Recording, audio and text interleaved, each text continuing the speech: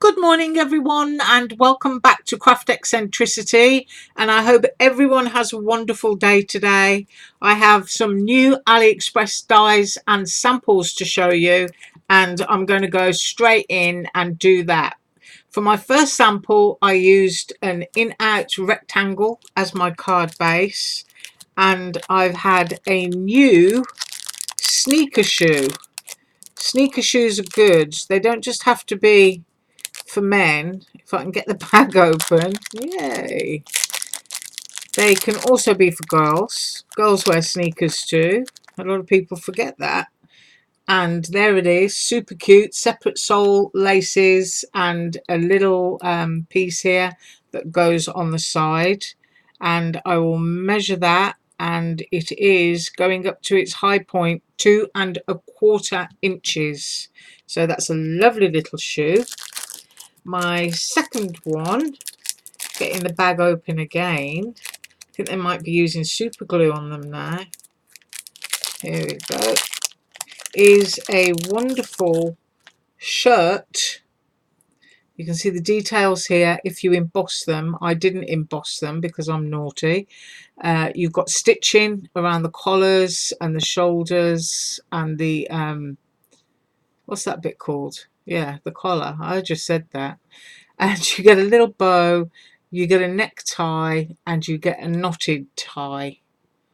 So that's another little great one. And the shirt at its widest point is 3¼ inches, and the length of that shirt, let's get it in there, is 2¾ inches.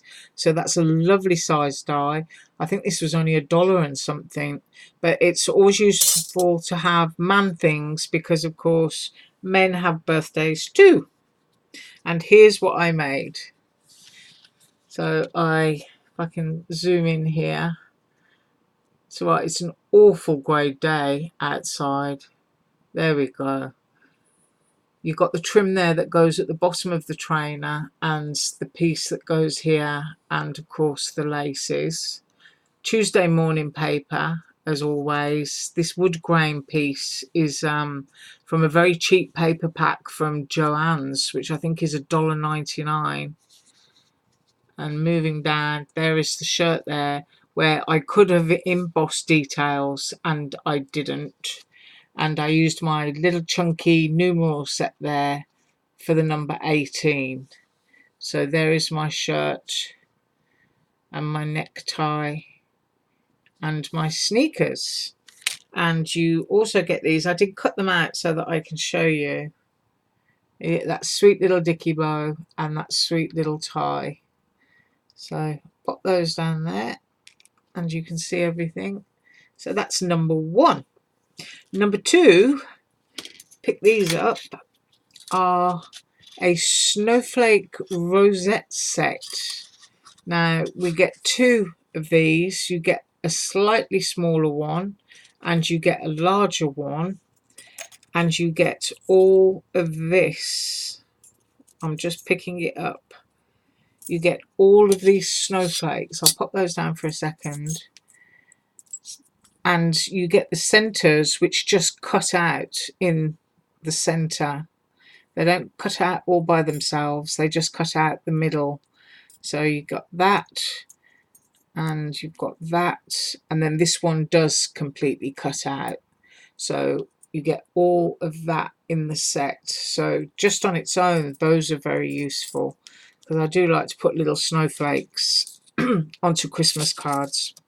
Right, now getting back to these, you can see there is no cut edge. Try to get it in zoom. No cut edge, no bottom cut edge, and no cut edge. This means you can make your rosette whatever size you want. So you can place this portion here at the top edge of a 12 by 12 piece of paper and cut, and then all you would have to do is score following these lines down to the edge of your 12 by 12 sheet of paper, and the distance between those score lines is, let's make sure, is half an inch. So you could end up with a 24-inch rosette. That would be huge. I actually didn't do that. I used just the big one this time, and I went with this at the paper edge and this at the edge of my strip, and I think the depth of this is 2 inches, giving me a 4-inch rosette. Yeah, it's 2 inches and it gave me a 4-inch rosette. And then what I did was I got a 12-inch sheet of paper. I placed this right on the edge here and cut, and then moved my die up, laid this piece over half of this piece, and then cut again, so you get one long continuous strip. So you could, if you had a huge roll of paper longer than 12 inches, you could just keep going and going and going, and you could make absolutely mega size rosettes. One of the beautiful things about this, of course, is that if you get one of those styrene wine glasses that you have to push the stem into from Dollar Tree, and you made 2 rosettes and glued them either side, you've got a lovely little Christmas tree topper. Or if you make 2 back to back with some fishing wire, you can hang them in your windows or as decorations from the ceiling at Christmas time.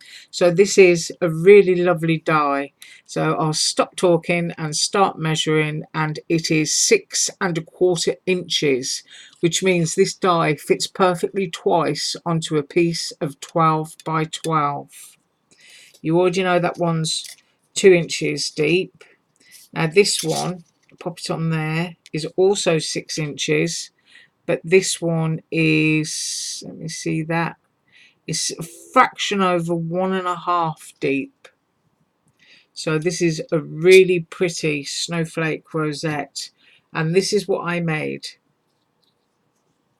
So I used my bling bling and my sparkly gold paper, and it's got some really nice depth. It's nice and chunky and solid when it's made. So that is my snowflake. But as I said, you could make this up to 12 inches wide. This is 4 inches. I think if you went up to 8 inches, it would make a great tree topper for your Christmas tree. But I think that's really, really pretty. And I'm going to hang that from fishing wire and just use it as a regular decoration on my Christmas tree. So I pop that one down there for you. And my next one, my husband thought was rather amusing. So we'll see if you do. And for that sample, I used a mini doily. I love these. They come in a set of 4. They're perfect for breaking up heavy patterns paper and just grounding them with something. There we go. We are at 1 3/4 inches across. But they make great little flowers. They make lovely centres for rosettes, as we've got one on the table, but also kind of like tea time stuff. But if you've got a very busy background of paper that you're using and you cut these in a plain cardstock and lay them on, you'll find that your paper appears more sort of textural, has more depth and less busy, even though you're adding something extra. So very useful things to have, and these come in a set of 4. My next one is an absolutely gorgeous cupcake die set. Base of the cake, a flower trim, a single flower, a candle. All of these can be embossed to get the design. I didn't again. And of course the cream section, which goes on the top of the cake, and it is a very, very big one for a cupcake. So if I measure the base section, which is 1 inches by 2 inches, and that candle there, which of course can be used all on its own, is 1 3/4 inches, because you can just make a card and have a row of different colour candles. You can use the flower section here to make swags of flowers on other cards. You can use the cupcake on its own. So very versatile, very good value for money. And when you've made your cupcake and placed it together like that, the size of it will be just over 3 inches by, let's hold that there, 2 3/4 inches. So it's a really, really lovely size and a very pretty cupcake. And here is the next section, and this is a unicorn face. So we've got the eyelashes, got the unicorn horn, got the ear and the inner ear. And the size of the unicorn horn, which of course can be placed onto anything, so you can turn anything into a unicorn, is 2 inches. And you've got the stitch lines there, making it easy for you to cut pieces out and paper piece it so that you could have a multicolored unicorn horn if you wanted to. And this is what I made. I took the cupcake die and I made a unicorn cupcake. And there you can see very busy, pretty paper of that floral wreath. But when you put a rosette on there, not a rosette, a little doily die on there, it just grounds it. So I made a mistake with my horn, and I'm not ashamed to show that. It should have been higher up, but it must have slipped down once I got the glue drying, but I just left it. And I still think that it's very, very sweet. So there is my unicorn cupcake with fluttering eyelashes, and you can curl those eyelashes like real false eyelashes. And that's what I made today.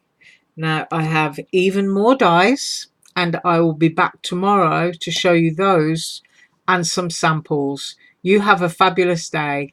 Bye.